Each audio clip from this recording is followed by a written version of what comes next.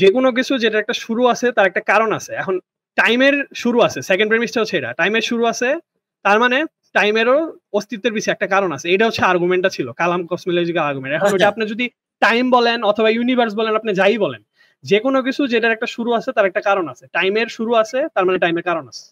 ওটা কি আমরা বলতে পারি যে কোনো জিনিসের শুরু আছে কারণ? আমরা কি সবকিছু জানি যে সবকিছুর কারণ? হ্যাঁ, এই জন্যই আমি আপনার রিভার্টালটা জানি না, আমি তো রিভার্টালটা জানি না যে সবকিছুর কারণ আছে কি নাই।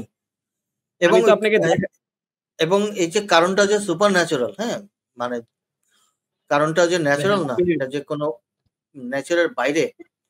হ্যাঁ, সুপার ন্যাচারালের ডেফিনেশন কি? যে যেটা নেচার দ্বারা প্রভাবিত না, তাই না? নেচারের লস দ্বারা প্রভাবিত না। আপনি এমন একটা কারণ নিয়ে আসছেন যে কারণটা নেচারের ল দ্বারা প্রভাবিত হচ্ছে না, তাই না? নেচারের বা টাইম স্পেস দ্বারা প্রভাবিত না, এরকম একটা কারণকে আপনি নিয়ে আসছেন। এখন আমার প্রশ্ন হচ্ছে, এইরকম একটা কারণ যেটা নেচারের লস দ্বারা প্রভাবিত হবে না, টাইম স্পেস তার উপর প্রভাব ফেলবে না, এরকম কারণ যে এক্সিস্ট করে, সেটা কিভাবে আপনি প্রমাণ করছেন? জি।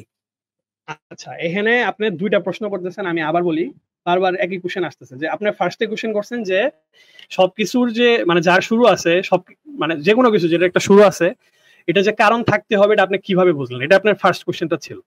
এখন আচ্ছা, আমি কি এই সময় কি স্ক্রিনটা আবার শেয়ার দিতে পারবো? আমি আর্গুমেন্টটা লিখে দেখাইছিলাম। হ্যাঁ, অবশ্যই অবশ্যই অবশ্যই। আচ্ছা, এই যে এইখানে আমি একটা আর্গুমেন্ট দিছিলাম যে, আচ্ছা, এই অবজেকশনটা আপনি তুলছেন যে না, সবকিছু যেটা শুরু আছে সেটা কারণ থাকতে হবে এমন কোনো কথা নাই, কিন্তু আমি আমার এই আর্গুমেন্টটা থ্রুতে প্রমাণ করছি যে না, সকল কিছুরই যেটা শুরু হয়েছে ওটার কারণ থাকতে হবে। কিভাবে? এই যে ফার্স্ট প্রেমিস হচ্ছে যে কোনো কিছু যেটা শুরু হয়েছে ওইটা মানে ধরলাম যে উইদাউট কজ শুরু হয়েছে, আমি ধরলাম আপনার কথা অনুযায়ী উইদাউট কজ শুরু হয়েছে। সেকেন্ড প্রেমিস হচ্ছে যে এই যে জিনিসটা আসছে অস্তিত্বে, আপনি যার কথা বলতেছেন, এটা হয় অ্যাবসোলুট নাথিং থেকে আসছে অথবা আনকনসিয়াস ম্যাটেরিয়াল থেকে আসছে। এর বাইরে আর কোনো অপশন নাই, এর বাইরে আর কোনো অপশন নেই। যদি এই প্রেমিস 2 তে আপনার নিয়ে কোনো প্রবলেম থাকে, তাহলে আপনি অবজেকশন তুলেন প্রেমিস 2 এর উপর। আমি অবজেকশন দিচ্ছি, এমন কোন কজ থাকতে পারে যেটা সম্পর্কে আমরা জানি না, হতে পারে না? এই তিনটা অপশনের বাইরে এটা একটা মিউচুয়ালি এক্সহস্টিভ একটা ক্যাটাগরি। যেমন নেসেসারি আর কন্টিনজেন্সির বাইরে যেমন কিছু থাকতে পারে না, তেমনি এই তিনটা অপশন ছাড়া কিছু থাকতে পারে না। যে একটা জিনিস হয়তো কজের থ্রুতে আসছে অথবা কজের ছাড়া আসছে। এখন কজের ছাড়া যদি আসে, ওটা নাথিংনেস থেকে আসছে অথবা কোনো একটা প্রি এক্সিস্টিং ম্যাটেরিয়াল থেকে আসছে। এছাড়া আর কোনো অপশনই না। আপনি যদি দেখাইতে পারেন তাহলে প্রেমিস 2 তে আপনি ভুল ধরেন। এখন আমি বলতেছি যে প্রেমিস 2 যদি ঠিক থাকে, আপনার যদি কোনো অবজেকশন আপনি দিতে পারতেছেন না, তাহলে প্রেমিস 3 আপনি দেখেন। তাহলে প্রেমিস 3 হচ্ছে যে অ্যাবসোলুট নাথিংনেস থেকে কিছু আসতে পারে না, এটা আপনি এগ্রি করছেন। আনকনসিয়াস ম্যাটেরিয়াল থেকে কিছু আসতে পারে না, কারণ এটা কজাল পাওয়ার নাই। তার মানে হচ্ছে whatever begins to exist has a cause. তার মানে হচ্ছে এখন আপনার প্রেমিস 3 তে আমার অবজেকশন আছে, something can not come from. এটা আমি এটা শিওর, আমি এটা এগ্রি করি যে something can not come from absolute nothing, ঠিক আছে? কিন্তু এটা যে কনসিয়াস না আনকনসিয়াস কিভাবে জানবো? আনকনসিয়াস না কনসিয়াস, সেটা আপনি কিভাবে জানছেন? হ্যাঁ, কিভাবে আপনি এটা প্রমাণ করছেন যে বিইংটা কনসিয়াস বিইং?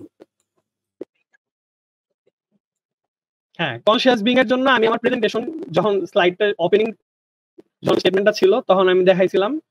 আচ্ছা, একটা মিনিট, আপনি আর্গুমেন্টগুলো আসলে শুনেন নাই। তাহলে আমি যখন বলতেছিলাম, আমি জানি না আপনি মনোযোগ দিছিলেন কিনা। না, মনোযোগ দিছি, কিন্তু আপনার কথার মধ্যে আমি কথা বলি নাই, বাট কনসিয়াস বিইং এর পক্ষে আপনি যে আর্গুমেন্ট দিছেন আমার এটা সাফিসিয়েন্ট মনে হয়নি।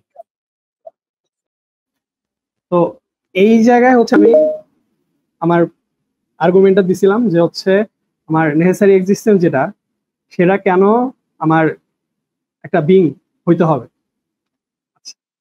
একটা মিনিট,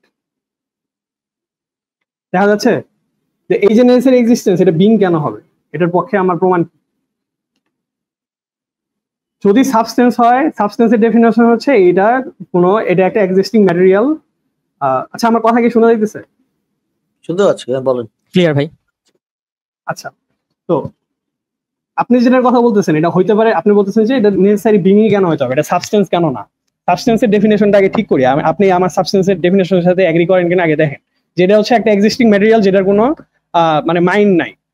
আর নেসেসারি বিং যেটা হচ্ছে যার একটা ফিজিক্যাল নন ফিজিক্যাল, এটার একটা নেসেসারি মাইন্ড আছে, যেটা হচ্ছে ক্রিয়েটিভ অ্যাবিলিটি আছে, ইন্টেলিজেন্স আছে। তো আমার ফার্স্ট প্রেমিসটা ছিল যে কোনো একটা কজ যখন হচ্ছে অ্যাক্ট করে, এটা হয় নিজের থ্রুতে অ্যাক্ট করে অথবা অন্য কোনো কিছুর হেল্পে অ্যাক্ট করে। সেকেন্ড প্রেমিস হচ্ছে যে নন কনসিয়াস সাবস্টেন্স এটা নিজের থ্রুতে অ্যাক্ট করতে পারে না, কারণ এটা নন কনসিয়াস। যদি নিজের থ্রুতে অ্যাক্ট করতে পারে তাহলে তো কনসিয়াসই হতো। এখন কোনো কিছু যখন নন কনসিয়াস, যখন কোনো কিছু থ্রুতে অ্যাক্ট করে তখন এটা অন্য কিছুর একটা হেল্প নেয়, কারণ এটা নিজে থেকে অ্যাক্ট করতে পারে না। যেমন আপনি ধরেন পানি গরম করতেছেন, তো পানি গরম করতেছেন কিসের থ্রুতে? আগুনের থ্রুতে। আগুন আবার ডিপেন্ড করতেছে হচ্ছে গ্যাসের উপর, গ্যাসটা আবার অন্য কোনো মানে সাপ্লাইয়ের উপর ডিপেন্ড করতেছে। তার মানে এখানে একটা মানে ডিপেন্ডেন্সি চলে আসতেছে। যখন আপনি একটা নন কনসিয়াস সাবস্টেন্স দিয়ে কোনো কিছু অ্যাক্ট করাইতেছেন তখন এটা এক্সটার্নাল একটা ফ্যাক্টরের উপর ডিপেন্ড করে, কারণ এটা নিজে থেকে অ্যাক্ট করতে পারে না। এটা হচ্ছে প্রেমিস 3। আর প্রেমিস 4 হচ্ছে যে যদি এই আপনার নন কনসিয়াস যে বিংটা এটা যদি অন্য কিছুর উপর ডিপেন্ড করে তাহলে ওটা হয়তো অন্য কিছুর উপর ডিপেন্ড করবে, তাহলে আবার ওটা আবার অন্য কিছুর উপর ডিপেন্ড করবে। আপনি যদি শেষে একটা বিং না রাখেন তাহলে এটা এই চেইনটা ইনফাইনাইট পর্যন্ত চলে যাবে, যেটা হচ্ছে একটা ইম্পসিবল জিনিস। তার মানে ইনফিনিট রিগ্রেস অফ কজেস যেহেতু ইম্পসিবল, সেজন্য হচ্ছে এই ফার্স্ট কজটা নেসেসারি বিং হইতে হবে, এটা নিজে থেকে অ্যাক্ট করতে হবে।